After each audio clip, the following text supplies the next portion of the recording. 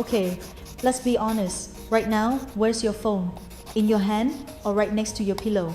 I'm pretty sure I know, because mine is too. And just like you, I know that feeling at 11 p.m. when everything is quiet, except your brain. You reach over, you unlock the screen, you scroll. Not because you're looking for anything specific, just to check if the world has changed while you've been lying here. To check if someone else is living a more interesting life while you're stuck in this exact moment. And then you see it. A photo, a story, a group of friends at a bar you didn't even know existed. A house party you weren't invited to. Or maybe you were invited but you said no, and now that feeling hits. A small, sharp regret, a restless discomfort you can't fully explain. And one question that won't leave you alone: did I just miss something important? That uneasy, lingering, almost painful feeling. It has a name. And today, we're going to talk about it.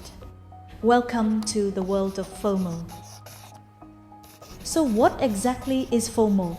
We throw the term around, fear of missing out, like it's just a quick little moment of regret. But no, if we stop there, we're underestimating how powerful it really is. FOMO isn't just an emotion, it's a psychological state.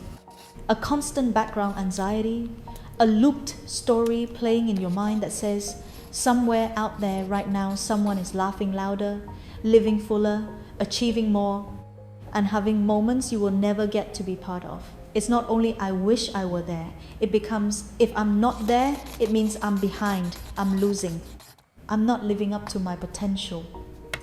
Do you feel the difference? It turns your personal choice, like staying home for one night, into evidence that you're failing. It steals your confidence in your present. And here's the key. FOMO is comparison, but at its worst level. You're not comparing yourself to one specific person anymore. You're comparing your entire real, messy, ordinary life, full of gaps and quiet moments, to a massive collage made from the best moments of everyone you know. You're comparing your behind the scenes to everyone else's action movie trailer, and of course you'll feel like you're losing. This is the crucial difference between FOMO and normal jealousy. Jealousy aims at an object, something someone has that you want, the car, the house, the job. FOMO aims at an experience, a story you believe you're being excluded from. It's not I want that phone, it's I'm afraid I'm missing the kind of life where having that phone is just a small detail. It's fear of doors closing, of parallel paths you can't step into.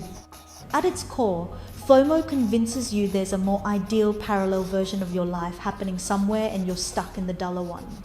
And your brain, with technology as its best accomplice, will not stop reminding you. So what does that abstract feeling actually look like in real time? It isn't just a passing thought. It's a set of repeating scripts, little scenes you keep running where you're both the actor and the harshest audience. Let's walk through 3 familiar ones and see how many you recognize. Script 1, the social media spiral. You pick up your phone with a promise of just 5 minutes. You start scrolling. A Bali trip, a promotion post, a party video from last night, and every swipe becomes an accidental caption for your life. You're not here, you haven't done this. You didn't show up for that. And you can't stop because you're not scrolling for fun anymore, you're scrolling like it's a job, like you're monitoring reality.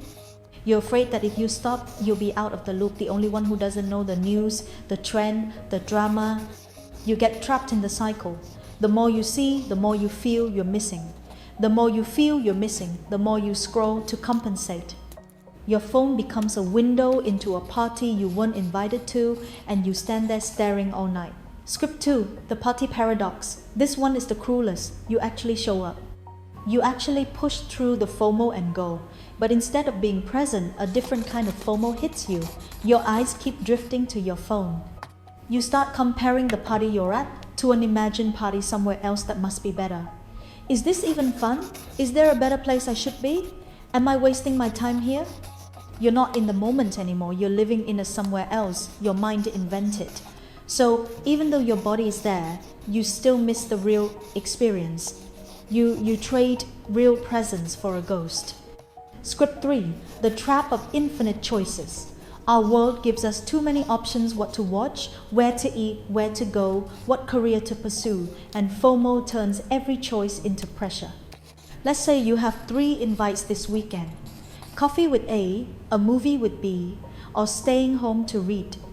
You choose the movie with B, but the whole time, part of your mind is still asking, was the coffee more fun? Would staying home have felt better? The thing you chose starts to fade. The thing you didn't choose takes over.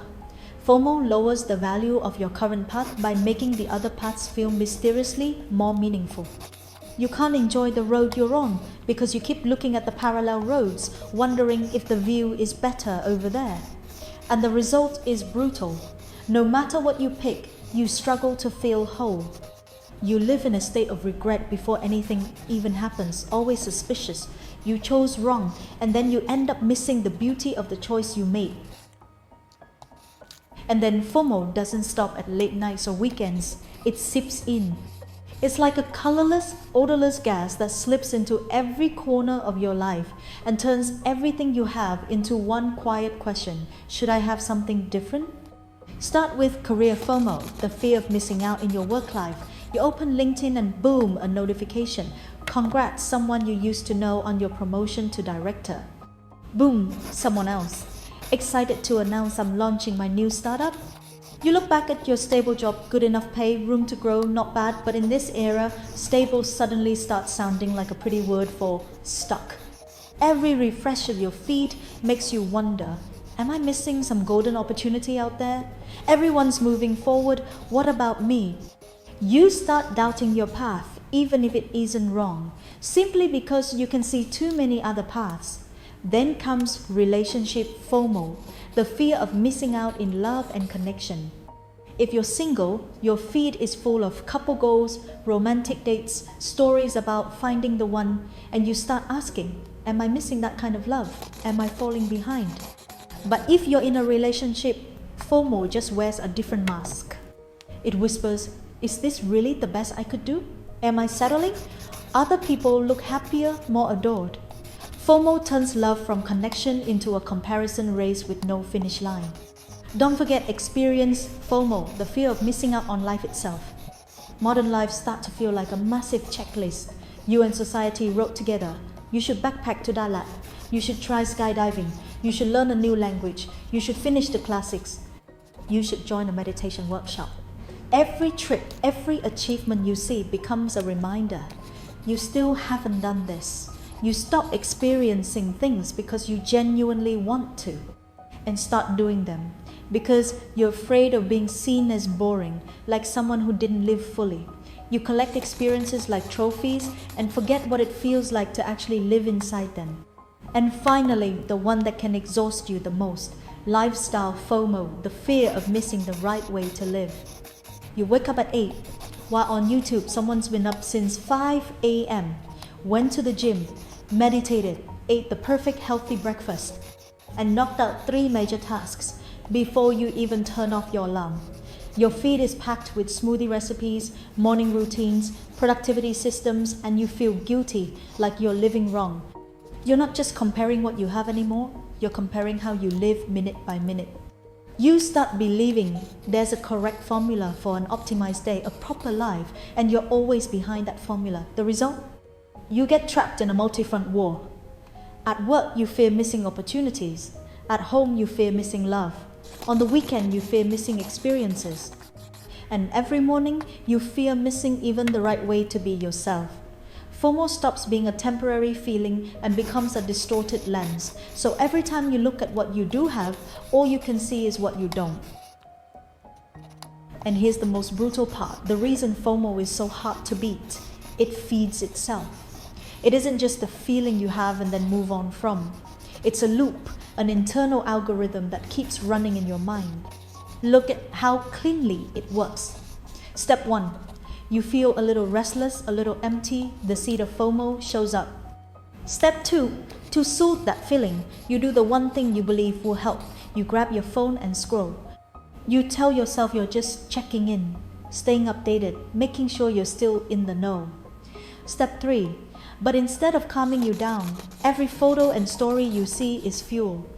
They're doing that, I'm not. they achieve that, I haven't, the feeling doesn't shrink, it multiplies. Step 4, now you're even more anxious. You feel like you're falling behind in real time. And your instinctive response is to scroll harder, deeper. You tap into someone's profile, watch someone else's highlights, dig through old group chats. You try to compensate by consuming more information, hoping you'll find some kind of reassurance that you're still okay. But all you find is more evidence of what you think you're missing. And the loop closes. FOMO pushes you to scroll. Scrolling intensifies FOMO. It's like being thirsty and drinking salt water. The more you drink, the thirstier and more poisoned you become. And the spiral doesn't stop with social media. It spreads into your whole life. You feel career FOMO, so you pack your schedule with courses, side projects, networking, yet the more you do, the more you realize there are endless other skills and paths you haven't touched. You experience FOMO, so you travel constantly, post constantly, yet in every trip you're busy capturing and comparing instead of actually being there. And the final result is the most painful paradox. You try to do everything so you won't miss anything, and you end up missing everything because you're never in the present. You're living in a parallel world of could have and what if. You're at the party, but your mind is at another party. You're doing this job, but tracking another job. You're physically here, but mentally somewhere else. FOMO steals the most valuable thing you have, the ability to sink into a moment and feel satisfied with it. You chase the shadow of other people's lives and lose the taste of your own. You become an exhausted spectator, watching endless trailers for movies that aren't yours, while your real life keeps playing in the background, unnoticed by you. And now, pause for a second. Take a breath and look at the most ironic truth about the whole FOMO storm. The person you envy, the person whose life makes you feel like you're missing out, they're scared too. They have FOMO too, just about different things. The girl posting the perfect beach photo might be quietly anxious that her freelance work isn't stable, and she might envy the security of your boring office job. The guy announcing his successful startup might be up at 3 a.m., under pressure, feeling isolated, secretly admiring the simple nights you have with friends. The person who always seems to be at the best parties might be exhausted and empty, wishing they could stay home without feeling like that makes them pathetic. Everyone is fighting a private battle, a private fear of missing something they believe someone else has. We're all actors in the same play, just in different costumes. And the deeper cause is this: social media is not real life. It's a highlight reel, the most flattering moments, carefully selected, edited, and timed.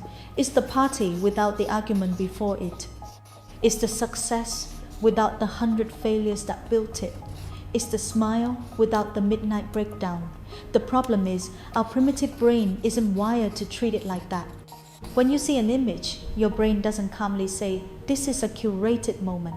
Your brain reacts as if it's the full truth. And that's how the deadliest comparison trap forms. You compare your messy, anxious, ordinary behind the scenes to someone else's polished action trailer. That game is rigged. You will always feel behind because you're using two completely different rulebooks. You're measuring your reality against someone else's illusion. So the next time that FOMO rises, remember this: what you're craving, what you think you're missing, often isn't a person's real life. It's a story, a draft, an edited mirage built from the same fear you're feeling right now. We're all staring through the same cracked glass and wondering why the picture looks distorted, like we're the only ones seeing it. So where does that leave us? Does FOMO mean you're living wrong, lazy, indecisive, not good enough? No, absolutely not. In a strange way, FOMO is a sign that you're paying attention. It's proof you're living in a time that's never existed before, a time where choices are endless, information is non-stop, and the parallel lives you can compare yourself to are displayed in front of you 24/7. You don't feel FOMO because you're weak. You feel it because you're facing an overwhelming truth. Every time you choose one thing, you're turning down hundreds of other things. And today, you can see exactly what you turned down. That's the cost of freedom. That's the shadow side of abundance. The problem isn't that you feel it, the problem is what you let it mean about you. When you realize FOMO is basically the background noise of the digital age, a soundtrack almost everyone is hearing, just in different keys, you can start separating yourself from it. You don't have to delete every app or reject every opportunity. What you can do, something simpler, is recognize this. The moment you spend fearing a different life is the exact moment you miss the life you're actually in. What FOMO really steals isn't parties or opportunities, it's your presence and the quiet peace inside your mind. So next time that whisper shows up, maybe I should be somewhere else, doing something else, you can almost smile and say, oh, there you are. Let it be a cloud passing through your mind, not the whole sky. And then gently return to your breath, the room you're in, the work in front of you, or the stillness you already have. Because life isn't a race to collect the most experiences or build the most impressive profile. Life is what happens in the space between the posts outside the frame, and you're not missing it. You're living in it, right now. Welcome to the modern condition. You're not alone. And sometimes, just knowing that is a small kind of relief.